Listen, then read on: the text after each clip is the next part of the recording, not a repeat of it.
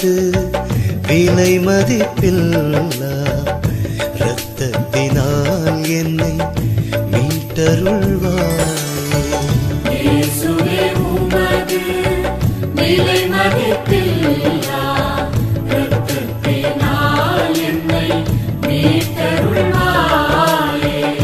இயேசுவே உமது விலை மதிப்பில்லா இரத்தத்தினால் என்னை மீட்டருள்வாய்.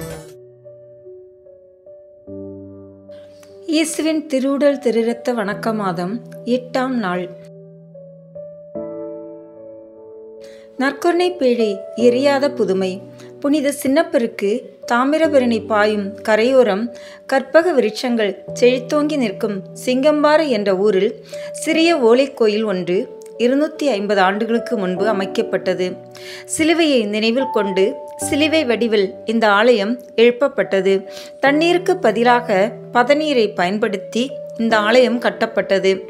சிங்கம்பாறை புனித சின்னப்ப ஆலய பணிகள் 1911 ஆரம்பிக்கப்பட்டு திருச்சியிலிருந்து வந்த அருட்தந்தை அவர்கள் கோவில் என்றால் அது சிலுவை வடிவத்தில் இருக்க வேண்டும் என்று கூறியதன் அடிப்படையில் கோவிலின் இரு பக்கங்கள் இடிக்கப்பட்டு சிலுவை கட்டப்பட்டது. 1928 ஆலயம் வேலை முடிவு பெற்று திறக்கப்பட்டது. அருட்தந்தை அருளப்பர் காலத்தில் சிலுவை கோவில் விரிவுபடுத்தப்பட்டது. 1949 சிங்கம்பாறை கோவில் தீப்பிடித்து இருந்தபோது சுரூபம் மற்றும் கோவில் பொருள்கள் எல்லாம் எரிந்துவிட்டது. ஆனால் நற்கருணை பேழை மட்டும் எரியவில்லை. அப்போது பங்கு தந்தையாக இருந்தவர் லெவண்டின் டயஸ் அவர்கள். ஆனால் கோவிலை மறுசீரமைப்பு செய்தது முன்னாள் பங்கு தந்தை ஆர் விசுவாசம் ஆவார். சுமார் 200 ஆண்டுகளுக்கு முன்பு சோமநாதிபேரி இருந்து செயின்ட் பிரான்சிஸ் சேவியர் மற்றும் பிற கத்தோலிக்க சமூகம் மாற்றப்படுகிறது. கத்தோலிக்க சமூக மக்கள் முக்கூடல் அருகில் மயிலபுரத்தில் குடியேறினர். 2 குழுக்களுக்கிடையே மோதல் மற்றும் முரண்பாடுகள் ஏற்பட்டதால் சிங்கப்பாறை உருவாக்கப்பட்ட வழிவகுத்தன. சோமநாதபேரி கத்தோலிக்கர்கள் ஒரு முஸ்லிம் மனை இருந்து மயிலபுரம் வடக்கு மற்றும் பங்குத்தந்தை உதவியுடன் அங்கு குடியேறினர். பால்நாதர் வருகையால் அது சிங்கம்பாறை என்று பெயரிடப்பட்டது. ஒரு சிறிய அறையானது இங்கே கட்டப்பட்டது மற்றும் செயின்ட் பால் சிலை அங்கு நிறுவப்பட்டது. இது மயிலபுரத்தில் உள்ள செயின்ட் பீட்டர் மற்றும் பால் திருச்சபை நீக்கப்பட்டது.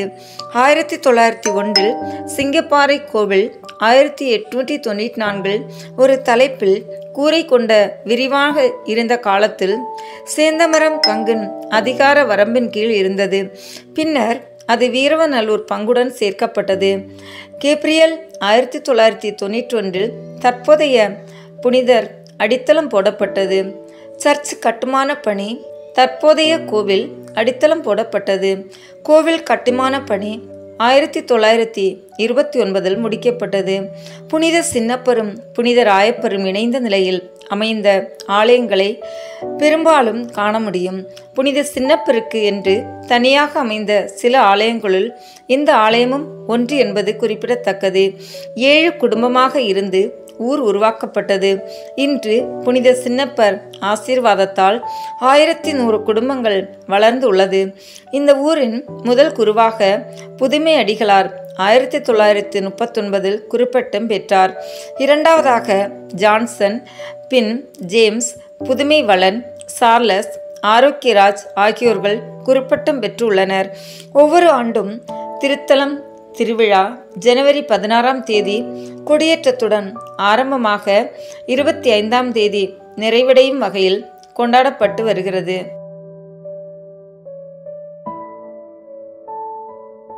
தந்தை, மகன், தூய ஆவியின் பெயராலே ஆமென். நம்பிக்கை அறிக்கை. விண்ணகத்தை மண்ணகத்தில் படைத்த எல்லாம் வல்ல தந்தையாகிய கடவுளை நம்புகின்றேன். அவருடைய ஒரே மகனாகிய நம் ஆண்டவர் இயேசு கிறிஸ்துவை நம்புகின்றேன். இவர் தூய ஆவியாரால் கருவுற்று கன்னி மரியாவிடமிருந்து பிறந்தார். போதிய குலத்தின் அதிகாரத்தில் பாடுபட்டு சிலுவையில் அறையப்பட்டு இறந்து அடக்கம் செய்யப்பட்டார். பாதாளத்தில் இறங்கி 3ஆம் நாள் இறந்தோரிடமிருந்து உயிர்த்தெழுந்தார். விண்ணகத்திற்கு எழுந்தருளி எல்லாம் வல்ல தந்தையாகிய கடவுளின் வலப்பக்கத்தில் வீற்றிருக்கின்றார். அங்கிருந்து வாழ்வோருக்கும் இறந்தோருக்கும் தீர்ப்பு வழங்க வருவார். தூய ஆவியாரை நம்புகின்றேன். புனித கத்தோலிக்க திருஅவையை நம்புகின்றேன். புனிதர்களின் உறவு ஒன்றிப்பை நம்புகின்றேன். பாவ மன்னிப்பை நம்புகின்றேன். உடலின் உயிர்ப்பை நம்புகின்றேன். நிலை வாழ்வை நம்புகின்றேன். ஆமென். விண்ணுலகில் இருக்கிற எங்கள் தந்தையே, உமது பெயர் தூயது என போற்ற பெறுக. உமது ஆட்சி வருக. உமது திருவுளம் விண்ணுலகில் நிறைவேறுவது போல மண்ணுலகிலும் நிறைவேறுக. எங்கள் அன்றாட உணவை இன்று எங்களுக்கு தாரும். எங்களுக்கு எதிராக குற்றம் செய்வோரை நாங்கள் மன்னிப்பது போல எங்கள் குற்றங்களை மன்னியும். எங்களை சோதனைக்கு உட்படுத்தாதேயும், தீமையிலிருந்து எங்களை விடுவித்தருளும். ஆமென். அருள் நிறைந்த மரியே வாழ்க. ஆண்டவர் உம்முடனே, பெண்களுக்குள் ஆசி பெற்றவர் நீரே. உம்முடைய திருவயிற்றின் கனியாகிய இயேசுவும் ஆசி பெற்றவரே. புனித மரியே, இறைவனின் தாயே, பாவிகளாய் இருக்கிற எங்களுக்காக இப்பொழுதும் எங்கள் இறப்பின் வேளையிலும் வேண்டிக் கொள்ளும். ஆமென்.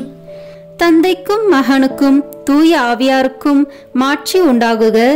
தொடக்கத்தில் இருந்தது போல இப்பொழுதும் எப்பொழுதும் என்றென்றும் இருப்பதாக. ஆமென். இந்த முதலாம் தேவத ரகசியத்தில் தேவ நற்கருணையின் முன் அடையாளத்தை தியானிப்போம். தண்ணீரை திராட்சை ரசமாக மாற்றிய புதுமை. யோவான் எழுதிய நற்செய்தியிலிருந்து வாசகம். அதிகாரம் 2, இறை வார்த்தைகள் 1 முதல் 11 வரை. கானாவில் திருமணம். 3ஆம் நாள் கலிலியாவில் உள்ள கானாவில் திருமணம் ஒன்று நடைபெற்றது. இயேசுவின் தாயும் அங்கு இருந்தார். இயேசுவும் அவருடைய சீடரும் அத்திருமணத்திற்கு அழைப்பு பெற்றிருந்தனர். திருமண விழாவில் திராட்சை ரசம் தீர்ந்து போகவே இயேசுவின் தாய் அவரை நோக்கி, திராட்சை ரசம் தீர்ந்துவிட்டது என்றார். இயேசு அவரிடம், அம்மா, அதை பற்றி நாம் என்ன செய்ய முடியும்? எனது நேரம் இன்னும் வரவில்லையே என்றார். இயேசுவின் தாய் பணியாளரிடம், அவர் உங்களுக்கு சொல்வதெல்லாம் செய்யுங்கள் என்றார். யூதரின் தூய்மை சடங்குக்கு தேவையான 6 கல் தொட்டிகள் அங்கே இருந்தன. அவை ஒவ்வொன்றும் 2-3 குடம் தண்ணீர் கொள்ளும். இயேசு அவர்களிடம், இத்தொட்டிகளில் தண்ணீர் நிரப்புங்கள் என்று கூறினார். அவர்கள் அவற்றை விளிம்பு வரை நிரப்பினார்கள். பின் அவர், இப்போது மொண்டு பந்தி மேற்பார்வையாளரிடம் கொண்டு போங்கள் என்று அவர்களிடம் கூறினார். அவர்களும் அவ்வாறே செய்தார்கள். பந்தி மேற்பார்வையாளர் திராட்சை ரசமாய் மாறியிருந்த தண்ணீரை சுவைத்தார். அந்த ரசம் எங்கிருந்து வந்தது என்று அவருக்கு தெரியவில்லை. தண்ணீர் மொண்டு வந்த பணியாளருக்கே தெரிந்திருந்தது. ஆகையால் பந்தி மேற்பார்வையாளர் மணமகனை கூப்பிட்டு, எல்லோரும் நல்ல திராட்சை ரசத்தை முதலில் பரிமாறுவர். யாவரும் விருப்பம் போல குடித்த பின் தரம் குறைந்த ரசத்தை பரிமாறுவர். நீர் நல்ல ரசத்தை இதுவரை பரிமாறாமல் ஏன் வைத்திருந்தீர் என்று கேட்டார். இதுவே இயேசு செய்த முதல் அரும் அடையாளம். இது கலிலியாவில் உள்ள கானாவில் நிகழ்ந்தது. இதன் வழியாக அவர் தம் மாட்சியை வெளிப்படுத்தினார். அவருடைய சீடரும் அவரிடம் நம்பிக்கை கொண்டனர். ஆண்டவரின் அருள்வாக்கு. இறைவனுக்கு நன்றி. இதிலிருந்து நாம் கடைபிடிக்க வேண்டிய புண்ணியம், பங்கேற்பு மற்றும் ஈடுபாடு. விண்ணுலகில் இருக்கிற எங்கள் தந்தையே, உமது பெயர் தூயது என போற்ற பெறுக. உமது ஆட்சி வருக. உமது திருவுளம் விண்ணுலகில் நிறைவேறுவது போல மண்ணுலகிலும் நிறைவேறுக. எங்கள் அன்றாட உணவை இன்று எங்களுக்கு தாரும். எங்களுக்கு எதிராக குற்றம் செய்வோரை நாங்கள் மன்னிப்பது போல எங்கள் குற்றங்களை மன்னியும். எங்களை சோதனைக்கு உட்படுத்தாதேயும், தீமையிலிருந்து எங்களை விடுவித்தருளும். ஆமென். அருள் நிறைந்த மரியே வாழ்க. ஆண்டவர் உம்முடனே, பெண்களுக்குள் ஆசி பெற்றவர் நீரே. உம்முடைய திருவயிற்றின் கனியாகிய இயேசுவும் ஆசி பெற்றவரே. புனித மரியே, இறைவனின் தாயே, பாவிகளாய் இருக்கிற எங்களுக்காக இப்பொழுதும் எங்கள் இறப்பின் வேளையிலும் வேண்டிக் கொள்ளும். ஆமேன். நித்திய ஸ்துதிக்குரிய பரிசுத்த நற்கருணைக்கு பக்தியாய் ஆராதனை எத்திசையும் புரிவோம். நித்திய ஸ்துதிக்குரிய பரிசுத்த நற்கருணைக்கு பக்தியாய் ஆராதனை எத்திசையும் புரிவோம். நித்திய ஸ்துதிக்குரிய பரிசுத்த நற்கருணைக்கு பக்தியாய் ஆராதனை எத்திசையும் புரிவோம். தந்தைக்கும் மகனுக்கும் தூய ஆவியாருக்கும் மாட்சி உண்டாகுக. தொடக்கத்தில் இருந்தது போல இப்பொழுதும் எப்பொழுதும் என்றென்றும் இருப்பதாக. ஆமேன். இரண்டாம் தேவ ரகசியத்தில் தேவ நற்கருணையை வாக்களித்ததை தியானிப்போம். 5 அப்பம் பழுகியது. யோவான் எழுதிய நற்செய்தியிலிருந்து வாசகம். அதிகாரம் 6, இறை வார்த்தைகள் 1 முதல் 13 வரை. அப்பம் பகிர்ந்தளித்தல். இயேசு கலிலேய கடலை கடந்து மறுகரைக்கு சென்றார். அதற்கு திபேரிய கடல் என்றும் பெயர் உண்டு. உடல் நலம் அற்றோருக்கு அவர் செய்து வந்த அரும் அடையாளங்களை கண்டு மக்கள் பெருந்திரளாய் அவரை பின்தொடர்ந்தனர். இயேசு மலை மேல் ஏறி தம் சீடரோடு அமர்ந்தார். யூதருடைய பாஸ்கா விழா அண்மையில் நிகழவிருந்தது. இயேசு நிமிர்ந்து பார்த்து மக்கள் பெருந்திரளாய் அவரிடம் வருவதைக் கண்டு, இவர்கள் உண்பதற்கு நாம் எங்கிருந்து அப்பம் வாங்கலாம் என்று பிலிப்பிடம் கேட்டார். தாம் செய்ய போவதை அறிந்திருந்தும் அவரை சோதிப்பதற்காகவே இக்கேள்வியை கேட்டார். பிலிப்பு மறுமொழியாக, 200 தென்னாரியத்திற்கு அப்பம் வாங்கினாலும் ஆளுக்கு ஒரு சிறு துண்டும் கிடைக்காதே என்றார். அவருடைய சீடருள் ஒருவரும் சீமோன் பேதுருவின் சகோதரமான அந்திரேயா, இங்கே சிறுவன் ஒருவன் இருக்கிறான், அவனிடம் 5 வற்கோதுமை அப்பங்களும் 2 மீன்களும் உள்ளன, ஆனால் இத்தனை பேருக்கு இவை எப்படி போதும் என்றார். இயேசு மக்களை அமரச் செய்யுங்கள் என்றார். அப்பகுதி முழுவதும் புல் தரையாய் இருந்தது. அமர்ந்திருந்த ஆண்களில் எண்ணிக்கை ஏறக்குறைய 5000. இயேசு அப்பங்களை எடுத்து கடவுளுக்கு நன்றி செலுத்தி அமர்ந்திருந்தோருக்கு கொடுத்தார். அவ்வாறே மீன்களையும் பகிர்ந்தளித்தார். அவர்களுக்கு வேண்டிய மட்டும் கிடைத்தது. அவர்கள் வயிறார உண்டபின், ஒன்றும் வீணாகாதபடி எஞ்சிய துண்டுகளை சேர்த்து வையுங்கள் என்று தம் சீடரிடம் கூறினார். மக்கள் உண்டபின் 5 வற்கோதுமை அப்பத்திலிருந்து எஞ்சிய துண்டுகளை சேர்த்து சீடர்கள் 12 கூடைகளில் நிரப்பினார்கள். ஆண்டவரின் அருள்வாக்கு. இறைவனுக்கு நன்றி. இதிலிருந்து நாம் கடைபிடிக்க வேண்டிய புண்ணியம் பகிர்வு. விண்ணுலகில் இருக்கிற எங்கள் தந்தையே, உமது பெயர் தூயது என போற்ற பெறுக. உமது ஆட்சி வருக. உமது திருவுளம் விண்ணுலகில் நிறைவேறுவது போல மண்ணுலகிலும் நிறைவேறுக. எங்கள் அன்றாட உணவை இன்று எங்களுக்கு தாரும். எங்களுக்கு எதிராக குற்றம் செய்வோரை நாங்கள் மன்னிப்பது போல எங்கள் குற்றங்களை மன்னியும். எங்களை சோதனைக்கு உட்படுத்தாதேயும், தீமையிலிருந்து எங்களை விடுவித்தருளும். ஆமேன். அருள் நிறைந்த மரியே வாழ்க. ஆண்டவர் உம்முடனே, பெண்களுக்குள் ஆசி பெற்றவர் நீரே. உம்முடைய திருவயிற்றின் கனியாகிய இயேசுவும் ஆசி பெற்றவரே. புனித மரியே, இறைவனின் தாயே, பாவிகளாய் இருக்கிற எங்களுக்காக இப்பொழுதும் எங்கள் இறப்பின் வேளையிலும் வேண்டிக் கொள்ளும். ஆமென். நித்திய ஸ்துதிக்குரிய பரிசுத்த நற்கருணைக்கு பக்தியாய் ஆராதனை எத்திசையும் புரிவோம். நித்திய ஸ்துதிக்குரிய பரிசுத்த நற்கருணைக்கு பக்தியாய் ஆராதனை எத்திசையும் புரிவோம். நித்திய ஸ்துதிக்குரிய பரிசுத்த நற்கருணைக்கு பக்தியாய் ஆராதனை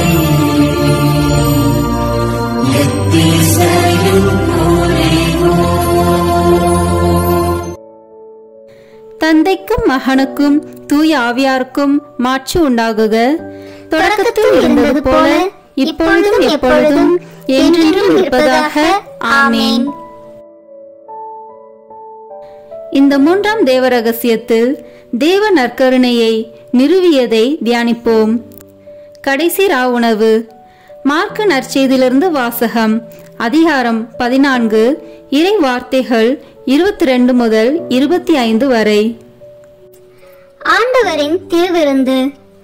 அவர்கள் உண்டு கொண்டிருந்த பொழுது அவர் அப்பத்தை எடுத்து கடவுளை போற்றி அதை பிட்டு அவர்களுக்கு கொடுத்து, இதை பெற்றுக்கொள்ளுங்கள், இது எனது உடல் என்றார். பின்பு அவர் கிண்ணத்தை எடுத்து கடவுளுக்கு நன்றி செலுத்தி அவர்களுக்கு கொடுத்தார். அனைவரும் அதிலிருந்து பருகினர்.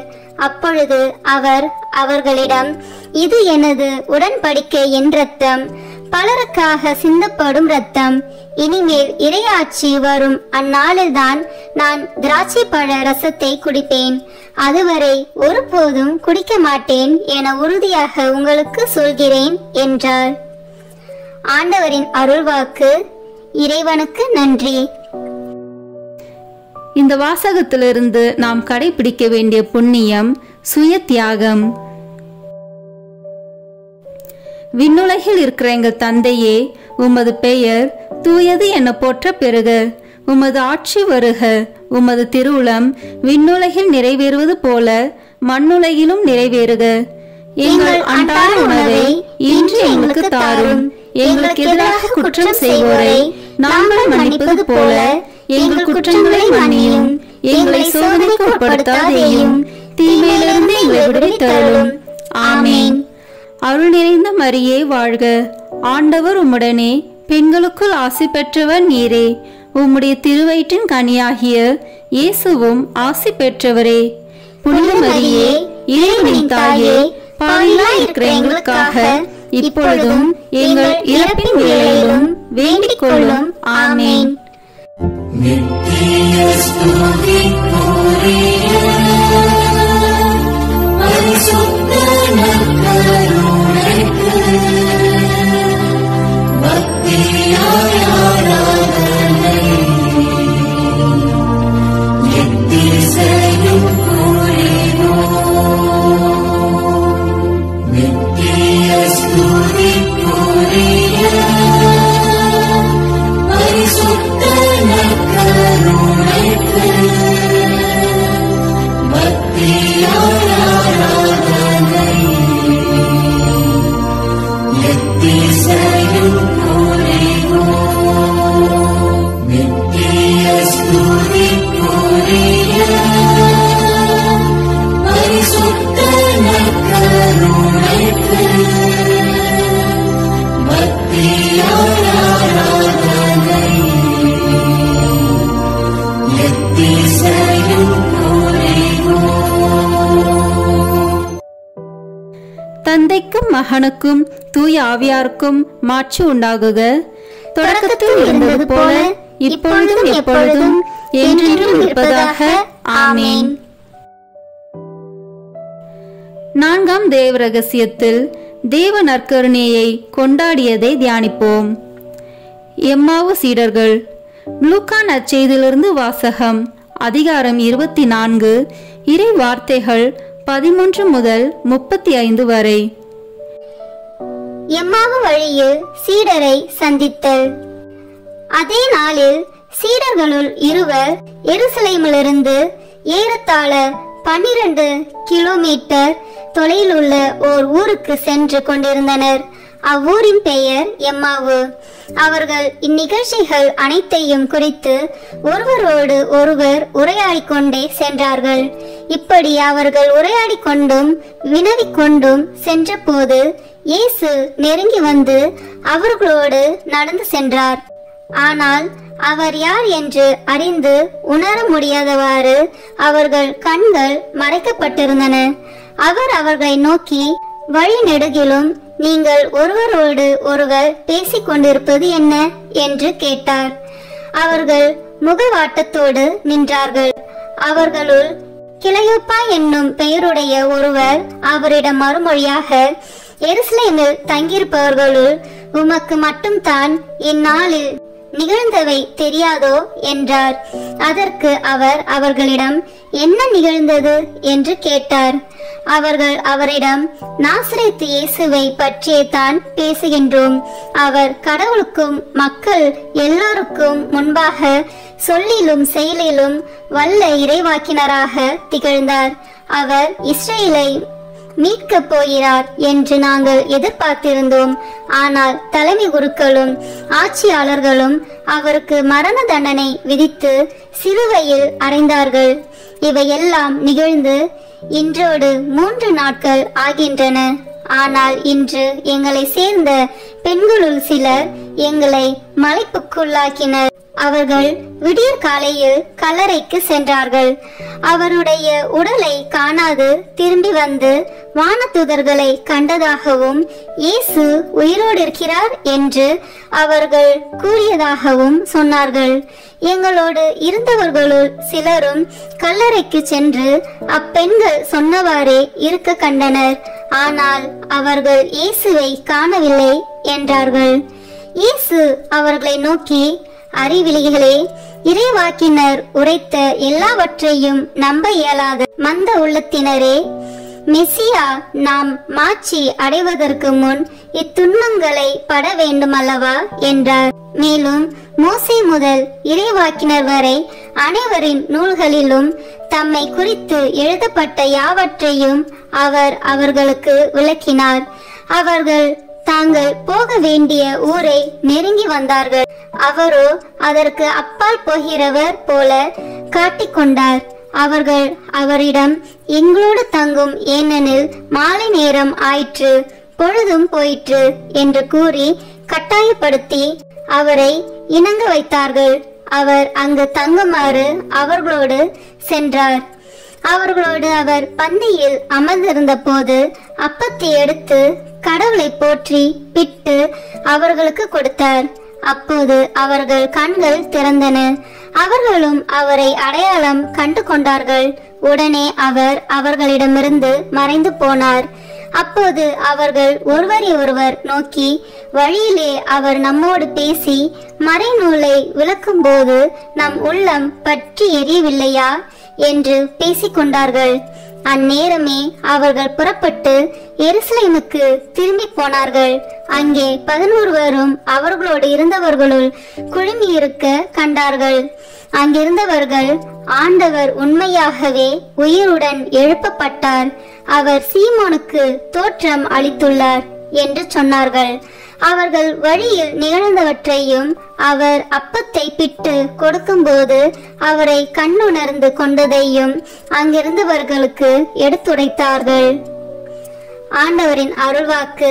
இறைவனுக்கு நன்றி. இந்த வாசகத்திலிருந்து நாம் கடைபிடிக்க வேண்டிய புண்ணியம் தோழமை. விண்ணுலகில் இருக்கிற எங்கள் தந்தையே, உமது பெயர் தூயது என போற்ற பெறுக. உமது ஆட்சி வருக. உமது திருவுளம் விண்ணுலகில் நிறைவேறுவது போல மண்ணுலகிலும் நிறைவேறுக. எங்கள் அன்றாட உணவை இன்று எங்களுக்கு தாரும். எங்களுக்கு எதிராக குற்றம் செய்வோரை நாங்கள் மன்னிப்பது போல எங்கள் குற்றங்களை மன்னியும். எங்களை சோதனைக்கு உட்படுத்தாதேயும், தீமையிலிருந்து எங்களை விடுவித்தருளும். ஆமேன். அருள் நிறைந்த மரியே வாழ்க, ஆண்டவர் உம்முடனே, பெண்களுக்குள் ஆசி பெற்றவர் நீரே. உம்முடைய திருவயிற்றின் கனியாகிய இயேசுவும் ஆசி பெற்றவரே. புனித மரியே, இறைவனின் தாயே, பாவிகளாய் இருக்கிற எங்களுக்காக இப்பொழுதும் எங்கள் இறப்பின் வேளையிலும் வேண்டிக் கொள்ளும். ஆமேன். நித்திய ஸ்துதிக்குரிய பரிசுத்த நற்கருணைக்கு பக்தியாய் ஆராதனை எத்திசையும் புரிவோம். நித்திய ஸ்துதிக்குரிய பரிசுத்த நற்கருணைக்கு பக்தியாய் ஆராதனை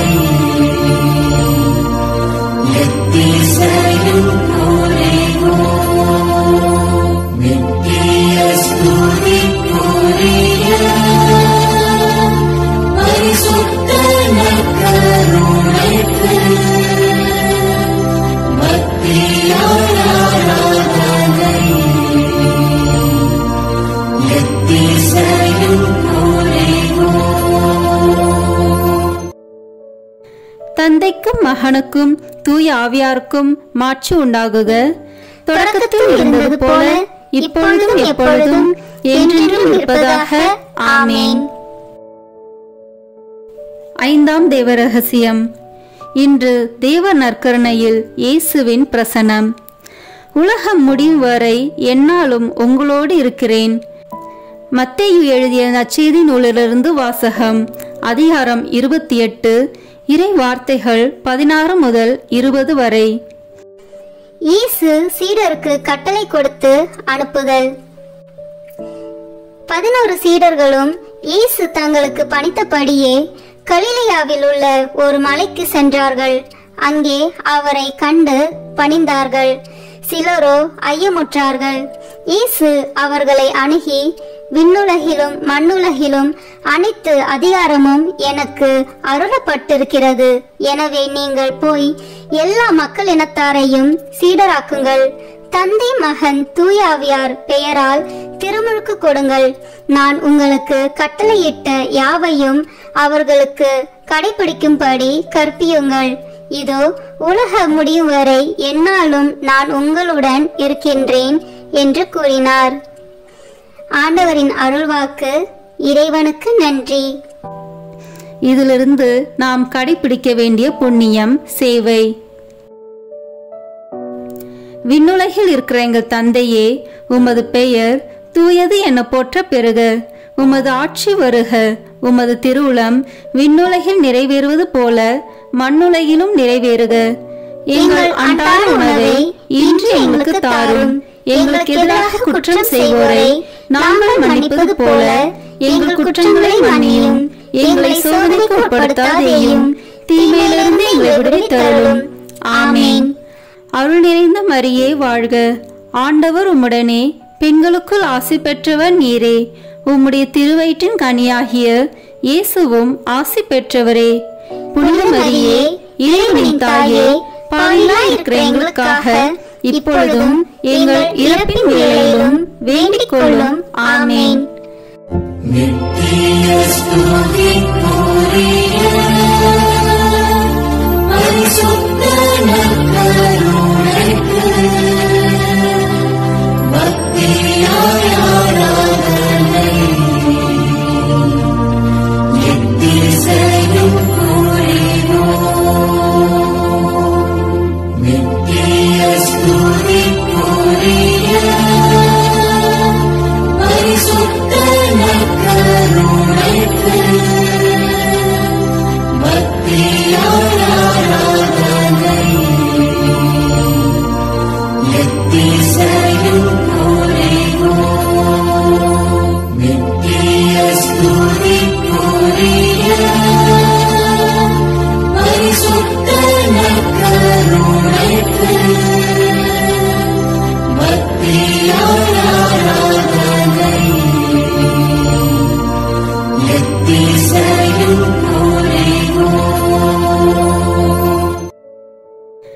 தந்தைக்கும் மகனுக்கும் தூய ஆவியாருக்கும் மாட்சி உண்டாகுக. தொடக்கத்தில் இருந்தது போல இப்பொழுதும் எப்பொழுதும் என்றென்றும் இருப்பதாக. ஆமேன். இறுதி ஜெபம். நற்கருணை மாதாவே, ஆமேன். உம்முடைய வார்த்தையின்படியே எனக்கு ஆகட்டும் என்று சொல்லி நற்கருணை நாதரை பெற்றுக்கொண்டவரே, காடு மலை என்று பாராமல் எலிசபெத் அம்மாளுக்கு உதவி செய்ய நற்கருணை நாதரை சுமந்து கொண்டு விரைந்து சென்றவரே, உலகம் மீட்பு பெறுவதற்காக நற்கருணை நாதரை ஈன்றவரே, காலமெல்லாம் நற்கருணை நாதரை தியானித்து கடவுளை புகழ்ந்து கல்வாரி மலைக்கு ஆண்டவர் இயேசுவோடு பலியாகி தேவ நற்கருணையாக மாறியவரே, நாங்களும் உயிருள்ள தேவ நற்கருணையாக வாழ எங்களுக்காக பரிந்து பேசுவீராக. ஆமீன்.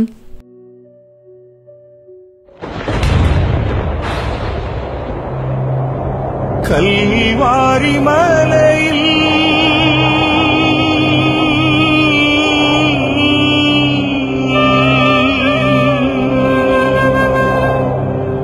சிந்திய ரத்தத்தால்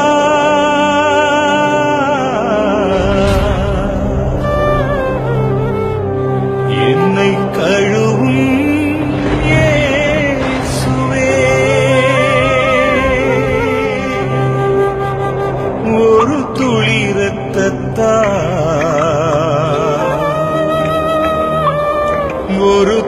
ரத்தத்தால் என்னை கழுவும் இயேசுவே.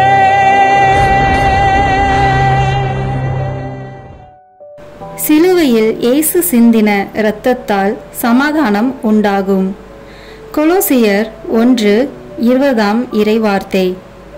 இப்போது நாம் இணைந்து இயேசுவின் திரு இரத்தத்தை நோக்கி நம்மை முழுவதும் ஒப்பு கொடுக்கும் ஜெபத்தை சொல்வோம். இயேசுவே, நீர் சிலுவையில் சிந்திய வல்லமையான இரத்தம் கொண்டு என் உச்சந்தலையிலிருந்து உள்ளங்கால் வரை அபிஷேகம் செய்யும். இறை இயேசுவே, இப்போது என்னை தீமை, பாவம், சோதனை, தீயவனின் தாக்குதல்கள், சூனியங்கள், இருளின் பயம், மனித வார்த்தையின் பயம், நோய், சந்தேகம், கோபம் மற்றும் விருப்பப்படாத எல்லா நாசங்களிலிருந்தும் விடுதலை செய்யும். ஆபத்துக்கள், விபத்துகளிலிருந்து என்னை பாதுகாத்தருளும். இப்போது நான் உமது பரிசுத்த இரத்தத்தின் முழு பாதுகாப்பினை அடைந்துவிட்டேன் என்பதை நினைத்து நான் உம்மை துதிக்கிறேன். இயேசுவின் பரிசுத்த இரத்தமே, எம்மை காத்தருளும். இயேசுவின் தூய இரத்தமே, பரிசுத்த மனசாட்சியை தாரும். இயேசுவின் தூய இரத்தமே, வார்த்தையான தேவனே, எங்களை காத்தருளும். இயேசுவின் தூய இரத்தமே, எங்கள் ஆழ் மனதை பரிசுத்தப்படுத்தும். இயேசுவின் தூய இரத்தமே, மனதில் உள்ள கெட்ட சிந்தனைகளை தூய்மைப்படுத்தும். இயேசுவின் தூய இரத்தமே, அவிசுவாசியின் வார்த்தைகளை எடுத்து மாற்றும். இயேசுவின் தூய இரத்தமே, மனதில் உள்ள பய உணர்வுகளை கழுவும். இயேசுவின் தூய இரத்தமே, உடல் உறுப்பில் உள்ள காம உணர்ச்சிகளை கழுவும். இயேசுவின் தூய இரத்தமே, தலைமுறைகளில் உள்ள பாவ சாபங்களை கழுவும். இயேசுவின் தூய இரத்தமே, குற்ற உணர்வுகளை கழுவி மாற்றும். இயேசுவின் தூய இரத்தமே, நான் கருவறையில் உருவான நேரத்தில் உண்டான எல்லா எதிர் அனுபவங்களை கழுவி பரிசுத்தப்படுத்தும். ஆமீன். இயேசுவின் இரத்தத்தால் நம்மை கழுவும் ஜெபம்.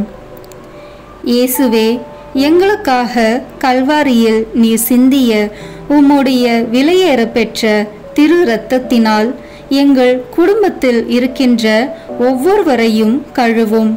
எங்கள் வீடுகளில் இருக்கின்ற ஒவ்வொரு பொருட்களிலும் உம்முடைய இரத்த துளிகளை தெளித்து வையும்.